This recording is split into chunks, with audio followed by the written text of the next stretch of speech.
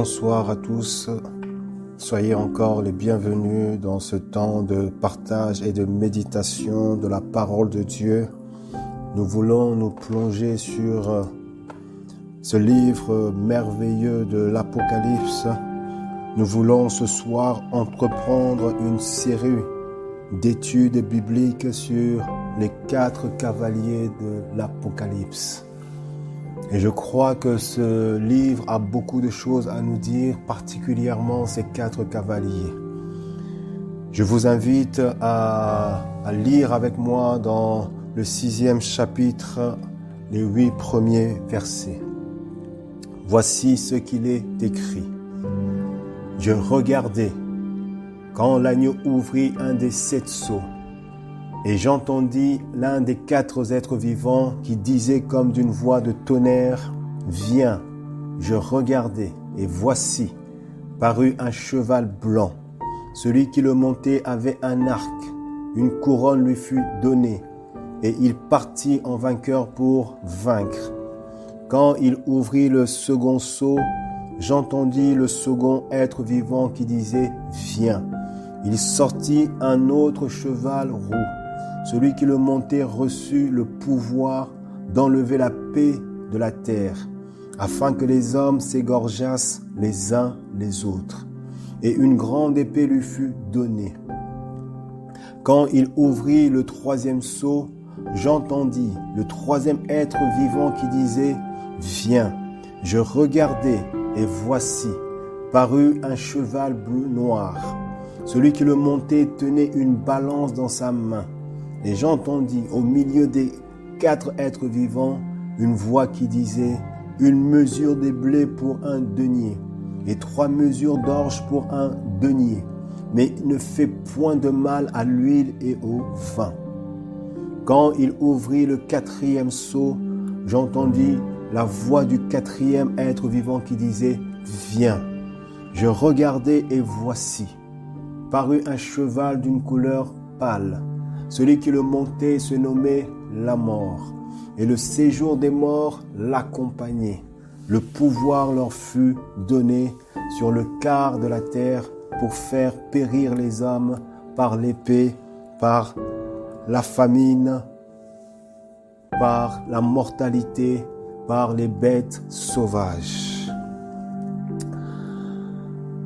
Voulons prier que le Seigneur puisse nous aider à saisir toute la révélation, tout l'enseignement, le message qu'il peut y avoir derrière ce texte que nous venons de lire, derrière cette étude sur les 4 cavaliers de l'Apocalypse. Que le Seigneur nous aide à recevoir sa parole, à le comprendre et à être affermi par elle, dans le nom de Jésus-Christ. Amen. J'aimerais commencer tout d'abord par nous dire que le gouvernement céleste influence le gouvernement terrestre. Le ciel influence la terre. C'est le spirituel qui influence le naturel. Tout ce que nous voyons de nos yeux physiques vient d'abord de l'invisible, du surnaturel, du spirituel. Et si nous voulons être victorieux dans nos combats de chaque jour, dans le domaine naturel, alors nous devons l'être dans le domaine spirituel. Et ce combat que nous pouvons mener commence d'abord à genoux. Commence d'abord dans l'intimité avec le Père. Commence d'abord dans la prière, dans le secret, dans notre chambre. Les 4 cavaliers que nous voulons voir ce soir, dont il est question dans le texte que nous venons de lire, représentent les 4 périodes de temps qui étaient venues et qui viendront de nouveau sur notre terre. Le chiffre 4 symbolise le cosmos, le monde. Et les 4 cavaliers symbolisent des événements qui vont concerner toute la terre.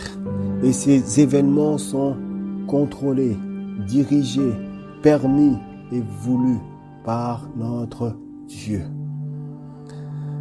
Nous avons un exemple dans l'Ancien Testament. Nous avons le témoignage du prophète Zacharie qui a reçu à son époque la révélation de Dieu qui lui avait été donnée par vision pour lui faire comprendre, connaître l'œuvre que Dieu voulait accomplir pour des temps bien particuliers. Et le témoignage de Zacharie dans le premier chapitre, il nous dit ceci: « Je regardais pendant la nuit et voici, un homme était monté sur un cheval roux et se tenait parmi des myrtes dans un lieu ombragé. Il y avait derrière lui des chevaux roux, veufs et blancs. Je dis, qui sont ces chevaux, mon Seigneur? Et l'ange qui parlait avec moi me dit, je te ferai voir qui sont ces chevaux. Je te ferai connaître la signification de ces chevaux. L'homme qui se tenait parmi les myrtes prit la parole et dit, ce sont ceux que l'Éternel a envoyés pour parcourir la terre. Ces chevaux que tu as vus en vision sont en réalité des événements que Dieu a permis à envoyer sur la terre des hommes. Et son deuxième témoignage dans le chapitre 6, au premier verset, il dit à nouveau, je levai de nouveau les yeux et je regardai. Et voici 4 chars sortaient d'entre 2 montagnes. Et les montagnes étaient des montagnes d'airain. Au premier char, il y avait des chevaux roux. Au second char, des chevaux noirs. Au troisième char, des chevaux blancs. Et au quatrième char, des chevaux tachetés rouges. Je pris la parole et je dis à l'ange qui parlait avec moi, que sont, mon Seigneur? Que signifie cela? Que signifient ces chevaux, mon Seigneur? L'ange me répondit, ce sont des 4 vents des cieux qui sortent du lieu où se tenait devant le Seigneur de toute la terre. Les chevaux noirs attelés à l'un des chevaux se dirigent vers le pays du septentrion. Et les blancs vont après eux. Les tachetés se dirigent vers le pays du midi. Les rouges sortent et demandent à aller parcourir la terre. L'ange leur dit, allez, parcourez la terre, et ils parcoururent la terre. Zacharie, à son époque, a été averti par Dieu, a reçu des révélations, des choses qui devraient arriver. Et nous aussi également, nous sommes avertis aujourd'hui, ce soir en particulier par ce livre de l'Apocalypse qui veut tout simplement dire révélation. Révélation des mystères cachés de Dieu, révélation des plans de Dieu, révélation des événements que Dieu a permis, a voulu, a envoyé sur notre terre. Et ce soir, nous voulons voir le premier cavalier dont il est question au 6e chapitre. Je regardai quand l'agneau ouvrit un des 7 sceaux et j'entendis l'un des 4 êtres vivants qui disait comme d'une voix de tonnerre, viens. Je regardai et voici, parut un cheval blanc. Celui qui le montait avait un arc, une couronne lui fut donnée. Et il partit en vainqueur pour vaincre. Le premier cavalier est sur un cheval blanc. Il porte une couronne. Il a dans sa main un arc. Il partit en guerre, en conquête. Il est déjà nommé vainqueur avant même de combattre, parce que celui qui l'a envoyé lui a donné la victoire dans toutes ses entreprises. Et nous devons comprendre cette vérité que si Dieu nous envoie, il sera avec nous. Et parce qu'il est avec nous, il nous donnera la victoire.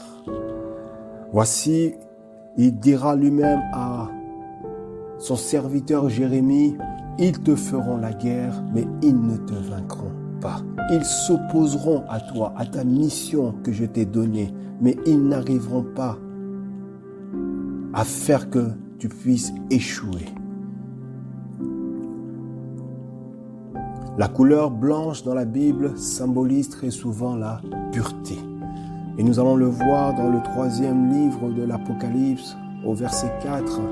Cependant, tu as à Sardes quelques hommes qui n'ont pas souillé leurs vêtements. Ils marcheront avec moi en vêtements blancs. C'est-à-dire, ils marcheront dans la vérité, dans la sainteté, dans la justice, parce qu'ils en sont dignes. Voilà à quoi représente la couleur blanche. Nous voyons aussi que ce cavalier a un instrument de guerre, l'arc, qui était utilisé autrefois dans les temps anciens.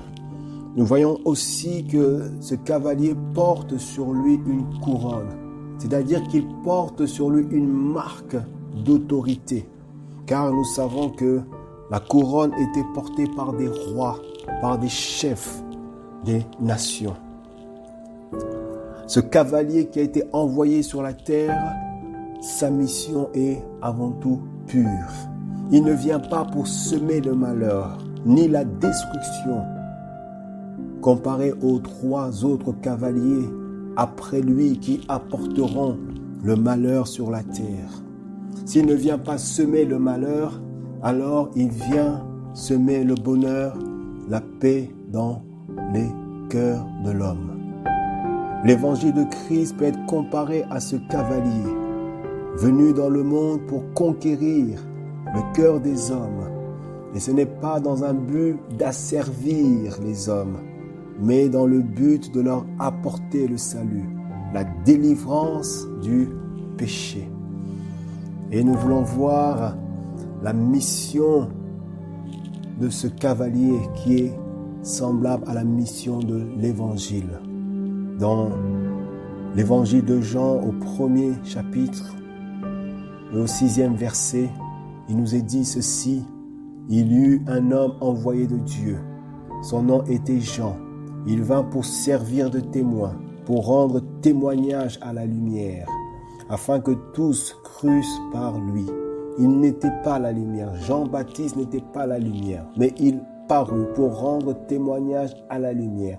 Et cette lumière était la véritable lumière, c'est-à-dire Christ, qui, en venant dans le monde, éclaire tout homme. Elle était dans le monde et le monde a été fait par elle. Le monde a été fait par Christ. Et le monde ne l'a point connu. Le monde n'a point connu Christ, son véritable identité. Elle est venue chez les siens, Christ est venu chez les siens et les siens ne l'ont point reçu. Il a été rejeté par sa propre famille. Mais à tous ceux qui l'ont reçu, à tous ceux qui croient en son nom, elle a donné le pouvoir de devenir enfant de Dieu. Christ a donné le pouvoir de devenir enfant de Dieu, lesquels sont nés non du sang, ni de la volonté de la chair, ni de la volonté de l'homme, mais de Dieu. L'évangile a été inspiré par Dieu, envoyé par Dieu sur la terre des hommes. Dans quel but? Pour rendre témoignage à la lumière. Et cette lumière, c'est Christ. Christ était venu dans ce monde pour éclairer les hommes sur la véracité, la réalité de Dieu, afin que l'humanité puisse être affranchie du péché. Mais tous n'ont pas cru au témoignage que l'Évangile apporte. Mais pour ceux qui avaient cru à son témoignage,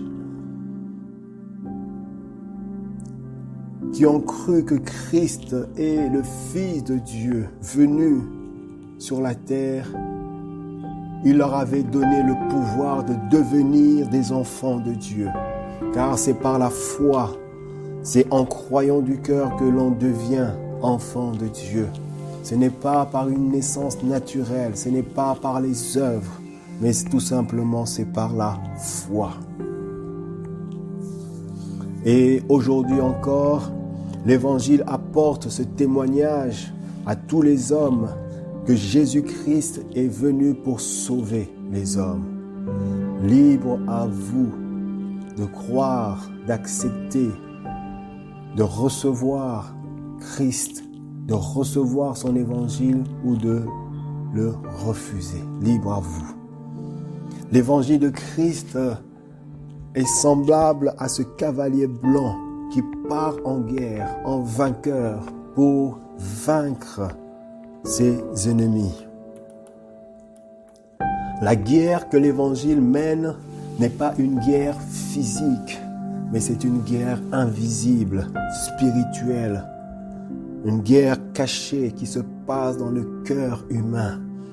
L'Évangile nous révèle cette réalité qui est cachée aux yeux de beaucoup d'hommes sur la réalité de ce monde dans lequel nous vivons. Le monde dans lequel nous vivons est sous la domination de Satan et de ses démons. Et l'homme est sous son emprise à cause du péché. Et si nous sommes sincères, nous reconnaîtrons que cela est vrai. Et si nous regardons l'état de notre monde actuel, nous voyons les conséquences de cette vérité. Nous voyons l'injustice, l'inégalité dans ce monde, la méchanceté, les maladies, l'immoralité, encore beaucoup d'autres choses. Cette guerre que mène l'Évangile consiste premièrement à libérer les hommes de leur ignorance pour les emmener à la vraie connaissance. C'est pourquoi Christ dira, vous connaîtrez la vérité et la vérité vous rendra libre. De quelle liberté s'agit-il? De la liberté du péché. De quelle vérité s'agit-il? De la vérité de l'Évangile. Si nous parlons de la liberté du péché, cela sous-entend qu'il y a l'esclavage du péché. Dans l'Évangile de Jean, au chapitre 8, au verset 30, il nous est dit, comme Jésus parlait ainsi, plusieurs crurent en lui. Et il dit aux Juifs qui avaient cru en lui, si vous demeurez dans ma parole, vous êtes vraiment mes disciples. Vous connaîtrez la vérité et la vérité vous affranchira. Vous recevrez ma parole dans votre cœur et ma parole a le pouvoir de vous libérer. Ils lui répondirent, les Juifs, nous sommes la postérité d'Abraham et nous ne fûmes jamais esclaves de personne. Comment, dis-tu, vous deviendrez libres? Ils ne comprennent pas ce langage. En vérité, je vous le dis, leur répliqua Jésus, quiconque se livre au péché est esclave du péché. Et par cette parole de Christ, nous comprenons que l'homme est par nature esclave du péché. Et nous avons ce témoignage dans l'épître de Romains au chapitre 5 au verset 12. C'est pourquoi, comme par un seul homme, le péché est entré dans le monde, et par le péché, la mort. Et qu'ainsi la mort s'est étendue sur tous les hommes parce que tous ont péché. Comme par un seul homme, le péché est entré dans le monde. Cet homme, il s'agit du premier homme, c'est-à-dire de Adam. Lorsqu'Adam a désobéi à la parole de Dieu, il a entraîné le péché derrière lui. Et le péché s'est répandu sur toute la race humaine. Et par le péché, la mort s'est répandue sur la race humaine. Car l'humain n'a pas été créé pour mourir, mais l'humain a été créé pour vivre éternellement. Mais parce que l'humain a décidé de désobéir à Dieu, il est tombé dans le péché et dans la mort. Job encore nous donne ce témoignage. Il pose une question en disant « Comment d'un être souillé sortira-t-il un homme impur, pur ?» Comment d'une personne qui est déjà mauvaise sortira-t-il une personne qui est bonne? Un animal produit son semblable. Le chien produit le chien, le chat produit le chat. Le mal engendre le mal. Et la réponse à cette question, c'est il n'en peut sortir aucun. Et le prophète David dira encore, voici je suis né dans l'iniquité. Je suis né dans le mal. Ma mère m'a conçu dans le péché. C'est-à-dire que avant même que je puisse commettre le mal, je porte en moi déjà la nature du mal. L'homme ne peut se libérer par lui-même ou par un autre pécheur comme lui. Celui qui peut libérer le pécheur, c'est celui qui n'a jamais commis le péché, c'est-à-dire Christ. Et nous avons le témoignage de Pierre qui nous dit, en parlant de Christ, lui qui n'a point commis le péché et dans la bouche duquel ne s'est point trouvé de fraude. Encore, nous avons un autre témoignage en nous parlant de Christ en disant, celui qui n'a point connu le péché, il n'a point connu le mal, parce que en lui, il n'y a point cette nature mauvaise. Il a fait devenir péché pour nous. Dieu a permis que Christ porte notre péché afin que nous devenions en lui, en Christ, justice de Dieu, afin que nous soyons justifiés, libérés de notre péché. Comment sommes-nous délivrés? En croyant que Christ a pris notre péché sur la croix pour que nous soyons plus esclaves du péché. Christ a brisé par sa mort les chaînes du péché. C'est comme si nous étions enfermés dans une prison. Christ est venu et nous a fait sortir de cette prison. Encore un autre témoignage qui nous dit, « Or, vous le savez, Jésus a apparu, il est venu dans ce monde pour ôter les péchés et il n'y a point en lui le péché. » Donc nous devons savoir que ce cavalier blanc que nous voyons avec un arc qui est une arme de guerre, l'arme que l'Évangile utilise pour mener la guerre spirituelle, la guerre dans les cœurs, c'est d'abord la justice, la vérité, l'amour, l'espérance, la foi et la parole de Dieu. L'Évangile ne vient pas à nous comme un colonisateur qui vient pour s'imposer. Il n'utilise pas la force, mais l'Évangile vient comme Christ est venu dans ce monde. Comment Christ est-il venu? La Bible nous dit qu'il s'est élevé devant lui comme une faible plante. Il est venu comme une personne faible alors qu'il était Dieu incarné. Comme un rejeton qui sort d'une terre desséchée. Il n'avait ni beauté ni éclat pour attirer nos regards. Et son aspect n'avait rien pour nous plaire. Christ sur lui n'avait pas quelque chose qui montrait qu'il était différent. Il était simple comme tous les hommes. Il est né dans une bergerie. Il est né simplement. Il est né dans une famille qui n'était pas très riche. Mais il était le sauveur. Christ n'avait pas utilisé les armes des hommes. Il n'avait pas créé une rébellion contre les pouvoirs qui étaient en place. Mais il s'est livré lui-même par amour. Il nous est donné ce témoignage qu'il a été maltraité et opprimé. Et il n'avait point ouvert la bouche, semblable à un agneau qu'on mène à la boucherie, à la croix, à une brebis muette devant ceux qui l'attendent, devant les soldats romains qui le maltraitaient, et il n'avait point ouvert la bouche. Il n'avait point dit un mot parce qu'il connaissait le plan de Dieu pour la rédemption de l'humanité. Et cette rédemption devait passer par sa mort. C'est par cette folie de la croix que nous sommes sauvés. Ça peut paraître fou, mais celui qui était sur la croix, il est mort pour nos péchés et il est ressuscité par la puissance et par la gloire de Dieu. Et aujourd'hui, nous comprenons maintenant qui est le cavalier blanc qui vient sur la terre. C'est l'évangile de Christ qui vient pour sauver, pour libérer les hommes de l'esclavage, de la puissance, des puissances occultes. Merci Seigneur, nous te rendons grâce, nous te bénissons pour cette parole. À toi la louange, à toi la gloire. Amen.